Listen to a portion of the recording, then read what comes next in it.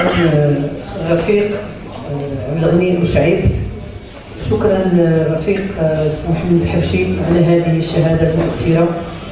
رفيق حبشي اللي ما كيظهرش بزاف واللي حتى هو من المناضلين الكبار الذين ضحوا ولا زالوا ونعتبره قدوه لنا في اليسار. فتحيه للحضور الكريم وتحيه لفروع كناس ويسلان وتلال على تنظيمهم هذا اللقاء، لقاء الوفاء الذي يجمع ما بين ذكرى انتفاضة 23 مارس 1965 المجيدة، والتي على إثرها سينطلق اليسار الجديد في بلادنا، والذي يضم منظمة 23 مارس التي حسمت مع ما وقع ما بعد الاستقلال من استيلاء النظام على السلطة، وأنه حلم المقاومين وحلم كل المناضلين في بناء المغرب الديمقراطي مباشرة بعد الاستقلال، ولو أن استقلالنا كان مبتورا. فهذا الحلم سرعان ما تبدد بمركزة السلطة في يد النظام وتهميش القوى المناضلة التي ناضلت من أجل إجلاء المستعمر في البلاد.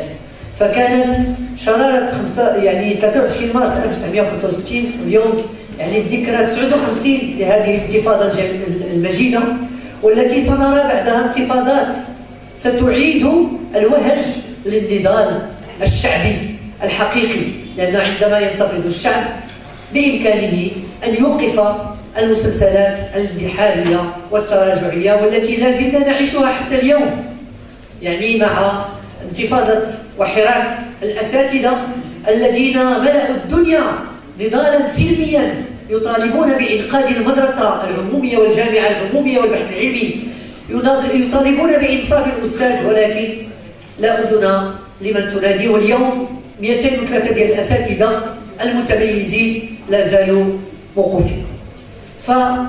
ونحن نخلد هذه الذكرى، ذكرى الوفاء. بطبيعة الحال الحزب الاشتراكي الموحد ينظم لقاءات في هذا اليوم في أكثر من 50 ديال الفروع بالمغرب، من طنجة لداخلة كيف كنقولوا هنايا، مرورا بكل المدن الكبيرة والصغيرة، من أجل إحياء ذكرى رفيق عزيز علينا، رفيق شامخ، والذي انتماؤه للحزب الاشتراكي الموحد لا يعني بأنه ملك هذا الحزب، ولكنه ملك كل وطن وملك هذا العالم العادل الذي لا زلنا نحلم بتحقيقه. فكل فروع تنظم حفلا تأبينيا لرفيقنا الشامخ الراحل المناضل الفذ الوطني الشجاع رفيق محمد بن سعيد أيزي الدر، لروحه أزكى السلام، وكذلك لروح فقيدنا ابراهيم ياسين أزكى السلام. رفيقنا بن سعيد الذي كان دوما يجعلنا نشعر بحلو وجميل الانتساب، كنقولوا بفخر، احنا أبناء بن سعيد، احنا بنات بن سعيد، ونقولها بفخر. ولهذا فإن هول الفقد كان علينا عظيما. فوداعا أيها المناضل الشامخ المتواضع الصادق الذي حمل هم وطنه وشعبه بشغف المحبين وبعزم الموقنين، وتحلى بقيم الزاهدين، وتخلق بخلق الأصفياء العارفين، وألهم أجيالا من المناضلات والمناضلين الصادقين، وظل شمعة تنير درب الصامدين الذين ظلوا على الجبر قابضين، فنم قرير العين إلى جوار المخلصين الخالدين. اليوم تحل الذكرى 59 على انتفاضة البيضاء المجيدة 23 مارس 65، وانطلاق نشأة اليسار الجديد مستوعبا دروس انتفاضة البيضاء ودروس مارس 86 بفرنسا والثورة الثقافية الصينية والثورة الفيتنامية، وأيضا هزيمة 67. اليسار الجديد وضمنه منظمة 23 مارس أعلن إفلاس الإصلاحية بعد استحواذ النظام على السلطة وتعطيل حلم البناء الديمقراطي ما بعد الاستقلال. وتم طرح سؤال ما العمل لينطلق العمل فعلا، بدءا من التأكيد على ترسيخ خط النضال الشعبي مع استيعاب الإكراهات، فشل المدرسة اللي كتعطينا اللي كانت هي المنبع بالقطاع التلاميذي والقطاع الطلابي، الاتحاد الوطني لدولة المغرب، فشل المدرسة وانهيار منظومة القيم وتفشي الاستبداد والفساد وتحالف الفساد الخارجي الخارجي مع الفساد الداخلي، الاستعمار الاقتصادي، إمبراطورية الخوف، إرهاب الدولة، ضرب الحقوق والحريات، وكذلك الاختلالات التي حالت ولا تزال دون أن يتحقق الوعي الكافي والتعبئة الواسعة لترجمة الإرادة الشعبية إلى سيادة شعبية، وليتجسد الحلم في بناء المغرب الديمقراطي، مغرب العدالة الاجتماعية والتحرر والمواطنة والمساواة. فعزاؤنا واحد في هذا الفقد الكبير، وإننا إذ نعزي أنفسنا ونعزي العائلة الصغيرة والكبيرة نود استحضار هذه المسيرة الاستثنائية لاستخلاص الدروس ورسم آفاق التغيير المستقبلي من أجل تحقيق العبور للديمقراطية، أخذا بعين الاعتبار التغيرات المتسارعة، وأن نحقق مجتمع العلم والمعرفة والعدالة بمفهومها الشامل. غادي نحاولوا نوقفوا على أهم المراحل، ولو أن يعني الوقوف على مسيرة المناضل الشامخ بن سعيد التدر كتطلب واحد المركز ديال الأبحاث يوقف عليها باش يرسخها، ونشوفوا تاريخ هذا الرجل الذي تزامن مع تاريخ بلادنا والمواقف الشجاعة التي ظل يتخذها والثقة التي ما فتئ يضعها في الشباب. فالأستاذ المجاهد محمد بن سعيد التدر الإنسان الذي حمل قضية الشعب والوطن والديمقراطية وناصر كل القضايا العادلة وعلى رأسها القضية الفلسطينية، ودافع بتبصر على بناء المغرب الكبير. سي سعيد التدر الديمقراطي المتواضع والصبور، بالفعل إنه يستحق أن يحمل لقب الإنسان، كما يقول المثل: الإنسان الذي لا يحمل قضية لا يستحق أن يحمل لقب الإنسان. وسي سعيد بالفعل حمل قضية الوطن والشعب والديمقراطية، وبذلك فإنه يستحق وبامتياز أن يحمل لقب الإنسان بكل ما في الكلمة من معنى، وهو بذلك يظل نموذجا يحتذى به في زمن انتفاء الإنسانية أمام الجشع والانتهازية والتفاهة وانهيار منظومة القيم. مسيرة مقاوم وطني شجاع ورجل استثنائي ومناضل وطني أحب وطنه وأحب الحياة، لأنه بخلاف ما يمكننا أن نتصور فالرفاق الذين عاشروا رفيق بن سعيد، فرفيق بن سعيد كان محبا للحياة، محبا للنكتة، وكان دائما متبسما، وكان يحب الآخر، لم يكن يعني متشائما حزينا. وهنا جسد بأن قمة التشاؤم عندما نرى الأوضاع يعني لا تبشر بخير، فقمة التشاؤم هو التفاؤل، وهو حب الحياة، وهو الاستمرار في المقاومة. فما هي الدروس ربما الأولى التي يمكن أن نستخلصها من حياة هذا الرجل القائد الاستثنائي؟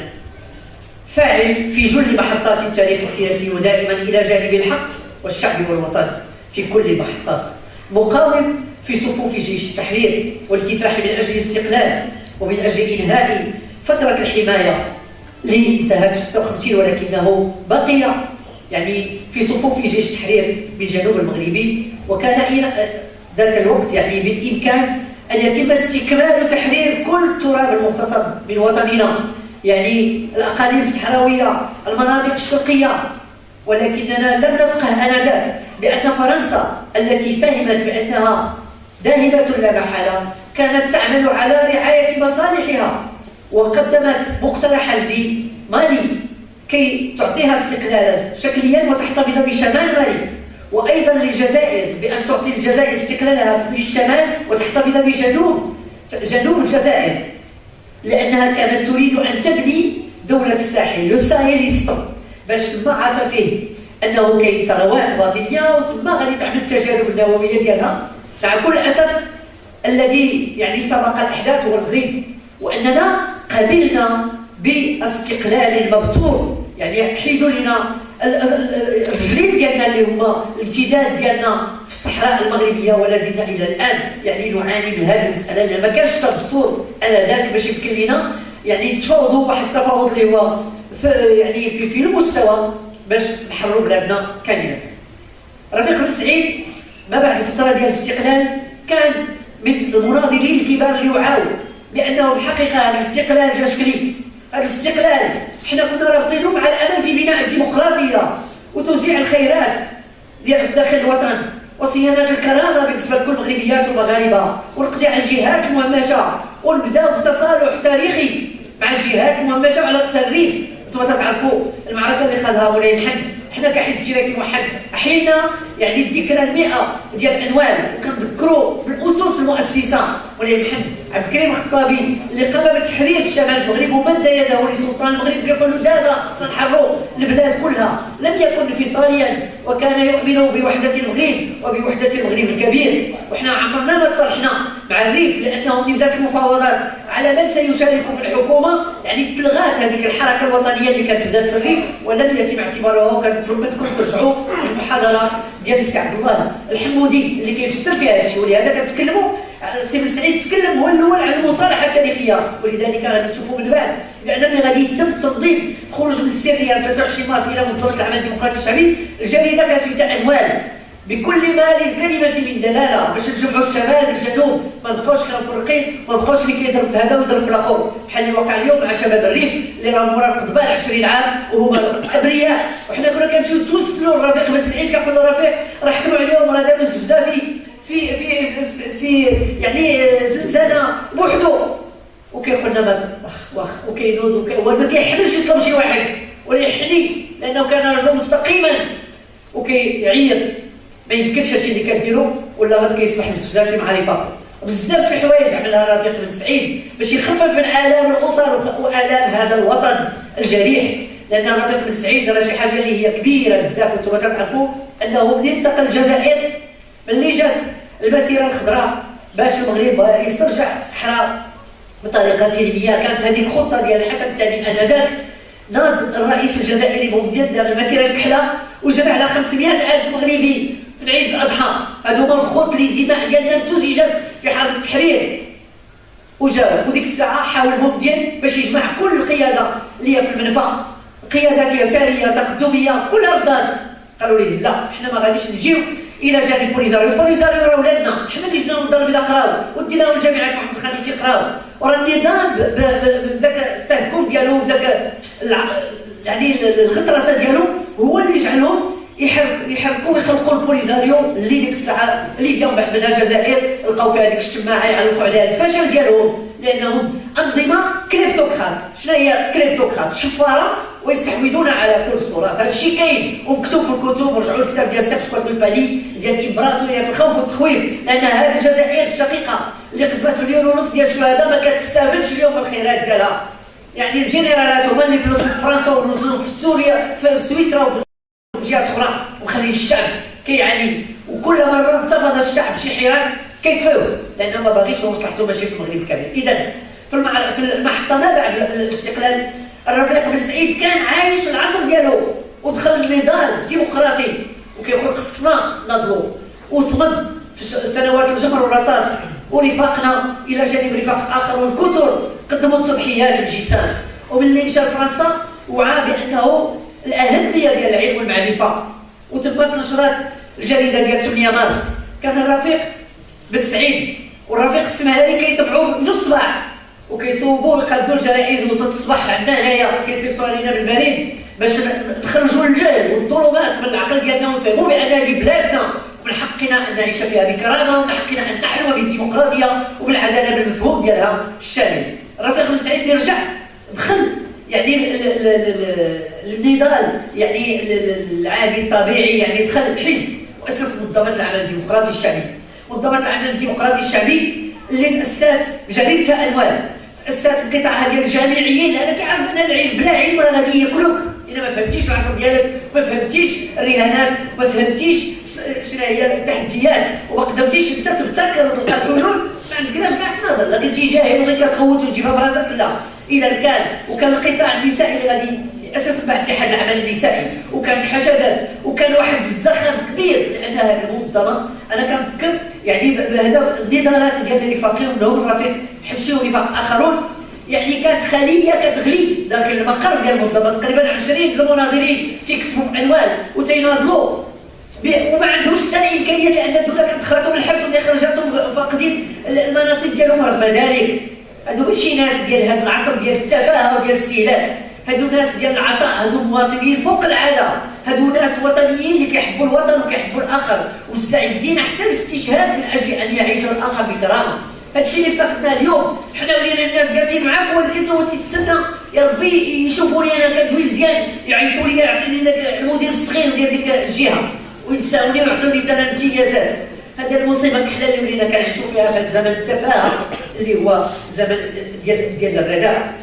ولهذا راه محطات كثيره الحرب الرمال رغم هذاك التحايل ديال بوتين على المنفيين، يعني ما كانش هناك اعداء. الرفيق بن سعيد كانوا بحال شي متصوف كيعدي حد، بالعكس الحرب الرمال كيقول كذا الشعب الجزائري ما خصهاش تكون هذيك الحرب الرمال، خصنا نلقاو الحلول.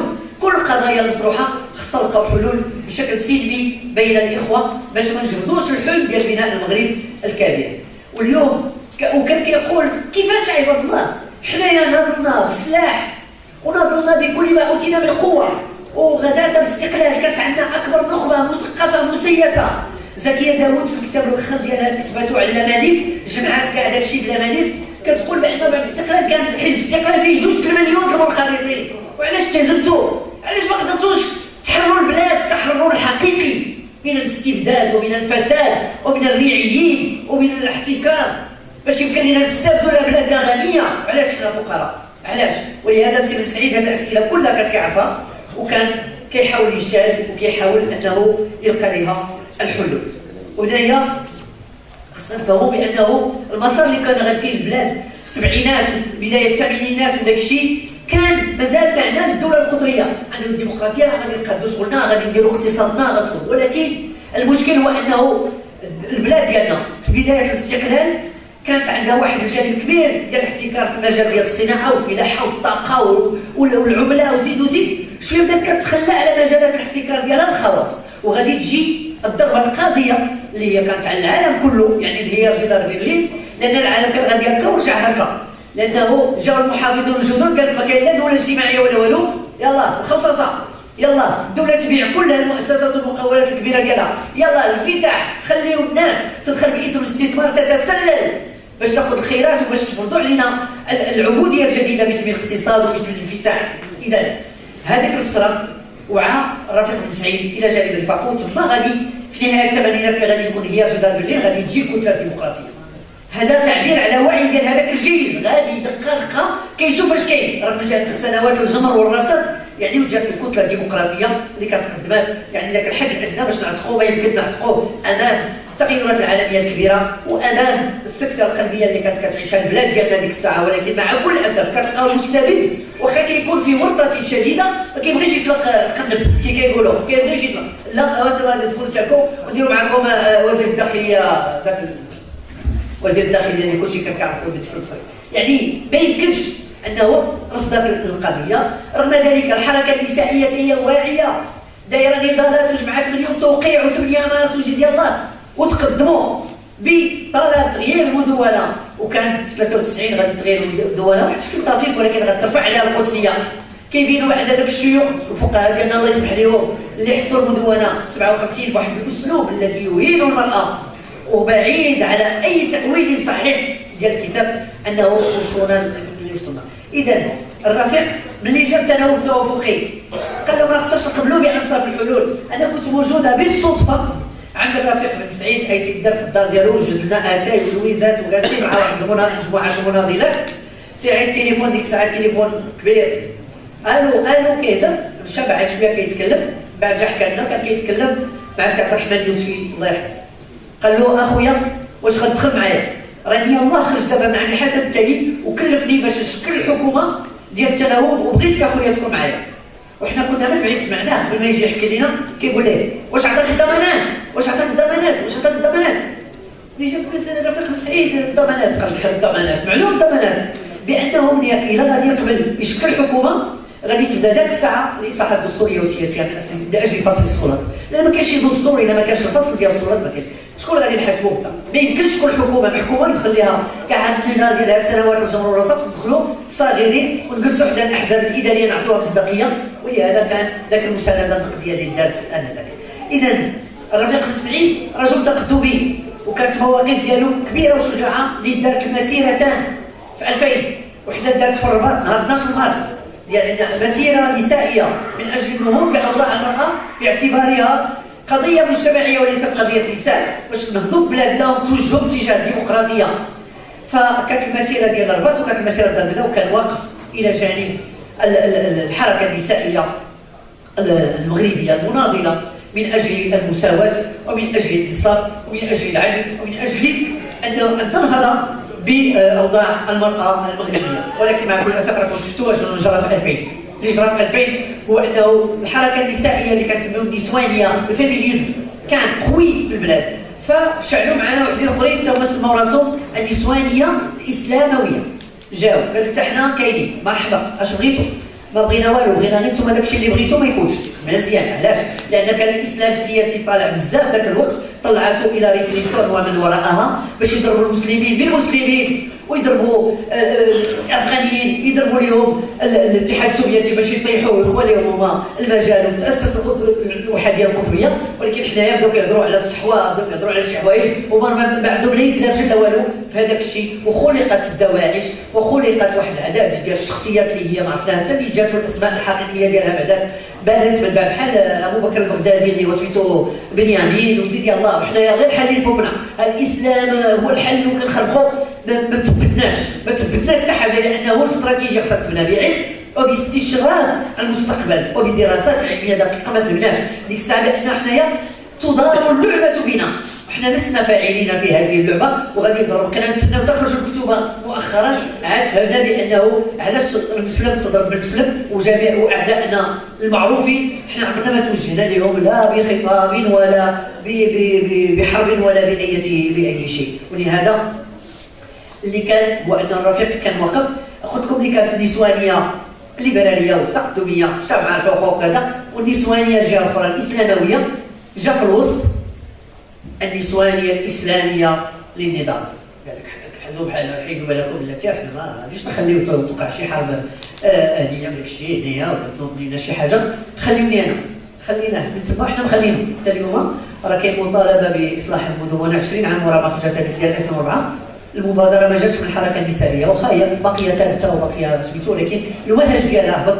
ولا اللي كيعطي الاشاره للاصلاح هو المؤسسات الدوليه اللي كتفتي على وديالنا كيفتيو علينا. حنا غادي نشوفوا الى اي حد بالفعل اليوم هذه مدونه الاسره ديال 2004 غادي يتم يعني الاصلاح الجذري ديالها باش دير لنا مدونه ديمقراطيه حقيقيه اللي تنصف المراه وتنصف الطفل وتنصف الرجل. لان الرجل اليوم اللي ما كيقدرش يخلص النفقه راه كيمشي للحبس، وهادشي ماشي معقول. فين هو صندوق التكافل؟ لان اليوم الاطفال متخلى عنهم الى اثبات البنوه. عرفتوا كيفاش الحمض النووي ولا بدا والنسب عطيو الدراري سميات اش تلعبوا ديروا الدراري يطلعوا مصداقين. راه ما يمكنش هذا الشيء هذا ما يولد ما يكون هذا الشيء. راه خص الانسان يتحمل المسؤوليه. وكذلك زواج القاصرات، يعني هذا الشيء راه ماشي معقول. زواج القاصرات خاص بعد الشتا نزوجوا بناتنا حنايا ب 10 سنين و11 و12 ما سوقهمش هما في الشتا وما سوقهم في المخطط الاخضر الذي استنزف المياه الباطنيه وخلاونا حنا بلا ماء. هذا هو اللي كاين. اذا هذا الشيء كله الرفيق كان عنده مواقف منه باينه.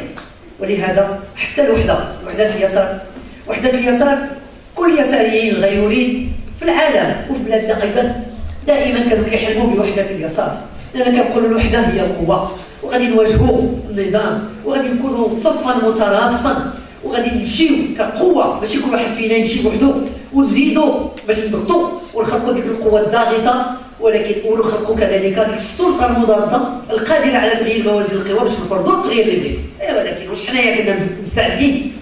رجعت حركات 20 فبراير غير تابعينها حنايا، ما مسجلها حتى مشروع، ما عرفنا حتى نصحوا الشباب بان كاين لو بلان ا بي سي دي. ها انت عندك راه حنايا جربنا نخزنوا عارفين كي داير باش ما يمكن لكمش. حركه 20 فبراير المجيده اللي شجعها الرفيق بن سعيد كيقول ها هو خد النضال الشعبي ينتصر، ها الشباب واعي ها هو غادي، ولكن واش حنا قادرين؟ واش حنا قدرنا نخدموا له كراندات؟ واش حنا نسينا الزعامه والكراسه وجلسنا الارض ونقدموا الشعب قدامنا؟ ولا حنا انا واش حنايا كنتعاملوا بالاخلاق العاليه ونهضر مع الرفيقه ومع الرفيق بكل احترام؟ ولا حنا نضرب فيك انا بعد هذيك المحطه جي ديفلوبي ان غوفلو غاستريك، كنكون غادي الاجتماعات كندخل سمحوا لي حاشاكم اللي كنجي لان المرض تلقى قاعد يقول لي انا وجه الشرب ما كيتغسلش.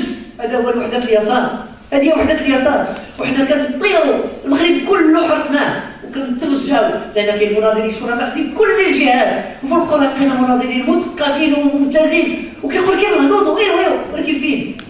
ضرب فيا نضرب فيه، وبقات حرب الكراسي والقبيله وديروا لي اصحابي معاكم، واصحابك هذاك راه مازال ما عنده حتى شهاده ابتدائيه، فين غنديروها؟ راه حنا بغينا العلم والعلماء وبغينا نوعي، لا ديك صاحب تقول دخلت تقول هذاك ديروها قسم سياسي ولا حنا غضبانين، يلاه هذا الشيء فين ولينا؟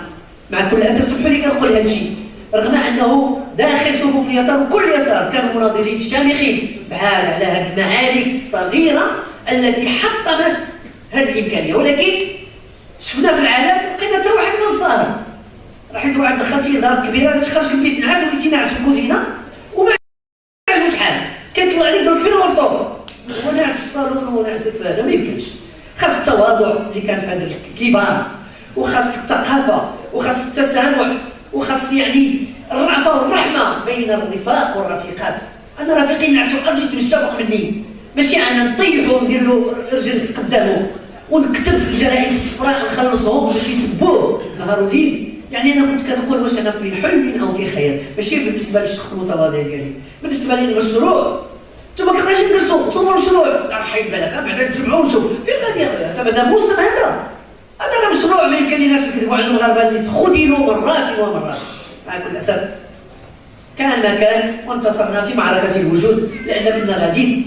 انا ناخذكم من 23 مارس 65 صافي ذاك الخط الاصلاحي الاعتدالي ما خدامش، واحد باغي يطير لك الراس وانت معتدل غادي ترجع اعتبار. اذا خاص شويه ديال التجدر وشويه ديال الخصوعيه في المشروع وفي النضال وفي الكلمه وفي الموقف وفي كل شيء.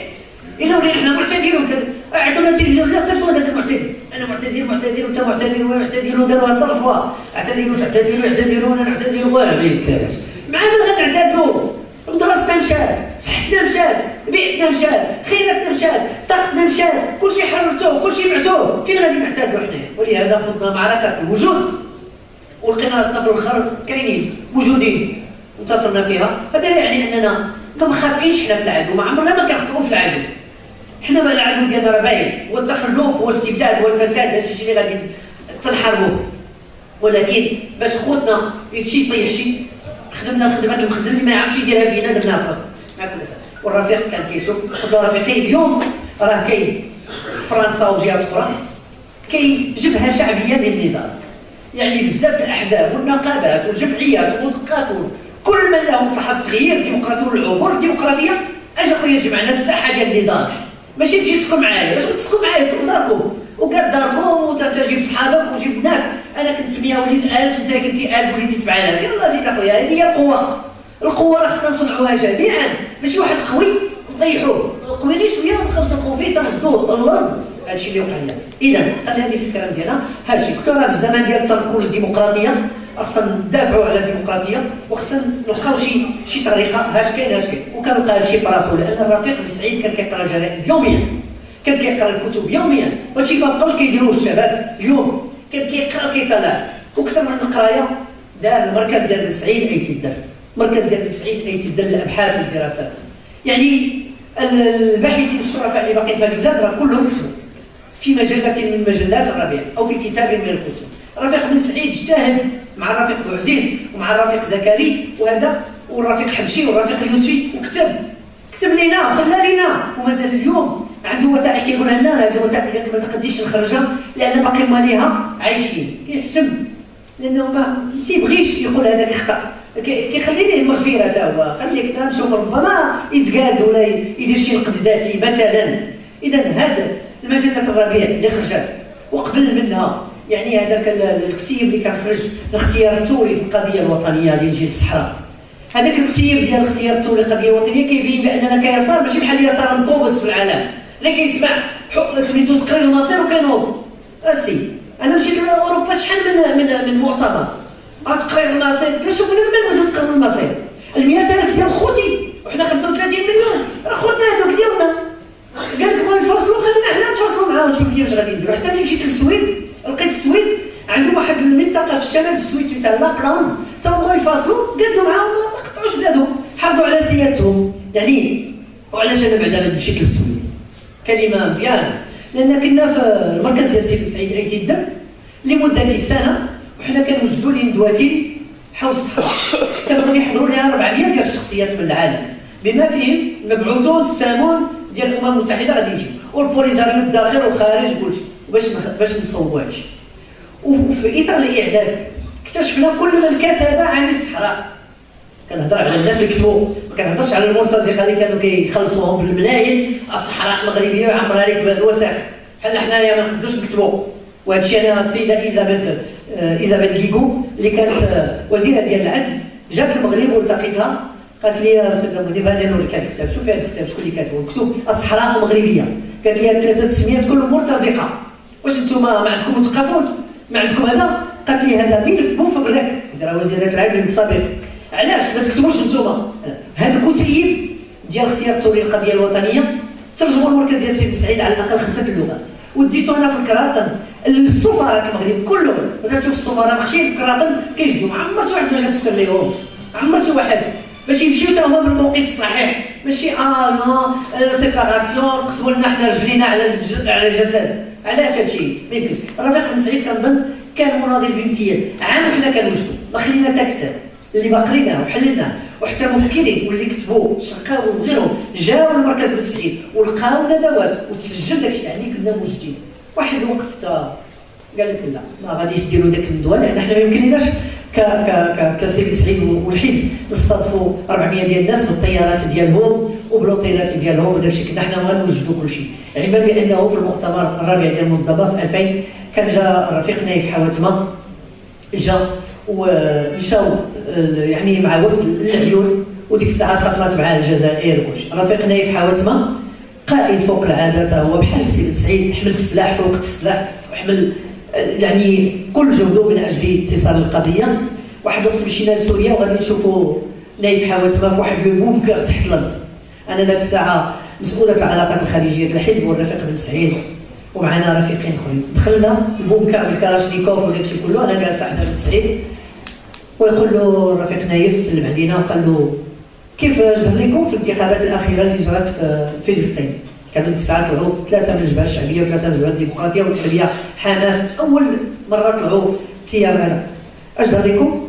ويقول له سي بن سعيد لا لا لا ها هي مسؤوله على العلاقات الخارجيه. تخيل انا كنت بحال تقريبا نص نعسه فهمني بن سعيد حدايا صاحبه، ما غندويش انا غادي نشوف نايف حاوت واخذوا التصاور ونخرج بحالنا، لا قال له هي المسؤوله. مزيان بديت كنحكي الحكايه والقصه باش نقول لكم الثقه اللي كان كيدير هذا الرجل في الجميع، في الشباب، في المناضلات، في المناضلين، ويعطيك الكلمه ويعطيك الثقه ويعطيك. اما نهار كانوا الرفاق غادي يصوتوا عليا باش يديروني على راس الحزب، عندما اشتد بالرفاق هول الامور، شو عند رفيق بن سعيد؟ جانيك نديروا استاذ نبيل ندبروا معاه الى ديمقراطيا غادي طلعوا زينوا دبروا راسكم. تخيل ما كيدخلش ما سوقوش، خصك على الدار على اسس ما يمكنش هذا الرجل العظيم. ولهذا انا كنظن بانه الرجل غادي نحكي لكم واحد النكته، لانه رفيق بن سعيد ما كانش كيعجبو الالام والحزن، فيما كنا كيضحك ويبتسم وداكشي. كنا غاديين لطاطا، نحكي لكم هذه القصه هذه اللي حكاها لي رفيق بن سعيد، هو المناضل يعني الكبير الشامخ. قال لي كانوا مشاو مع اعضاء جيش التحرير والمقاومه، قال لي راه كنا جينا واحد المره اخرى هنا لطاطا، قال لي استضفنا واحد السيد في دارو كبيره وكنباتوا في واحد الصالون. قال لي نهار كله حنايا في الندوات وفي المهرجانات وهذا، في الليل كنجيو نباتوا في الصالون. قال لي جينا واحد المناضل قال لي والله غادي نعس ونخلوها سي بن سعيد بالله ملي تلاقيتيه في 1958 وكانت الجزائر ديك الساعه مازال ما تحررت، اشنو كان قال لك؟ قال لي واحد تيبن بالله كان قائد جزائري، ديك الساعه قال لي والله قلت ديك الساعه كان السيد كيشخب مزيان. قال لي سكت لا غير قال لي كان عندنا مهرجانات ولقاءات وكذا من هنايا. رجع قال لي والله غادي نحط راسي صاحبنا هو نفسه قال له سيدي سعيد مدير كانت ضد دوك الاربعه قال لي شوف عسى باغي نعس واش انا داك رحمه الله. الرفيق بن سعيد مره كنت غادي نمشي معاه للجنوب، عيط لي في الليل الرفيق 6 الصباح انا عندك. قال لي لا لا لا لا كنت غنعيط لك. قلت له علاش؟ قال لي لاله سعيده راه تعوجات لها رجلها في الكوزينه، راني الصباح انا داير لها الثلج وغدا خصني نقابلها وندير لها الشهوات ديالها، لا ما بقيناش غاديين. قلت له الله يرحم لك الوالدين رحمه الله برحمته الواسعه ورحم جميع المسلمين والمسلمات.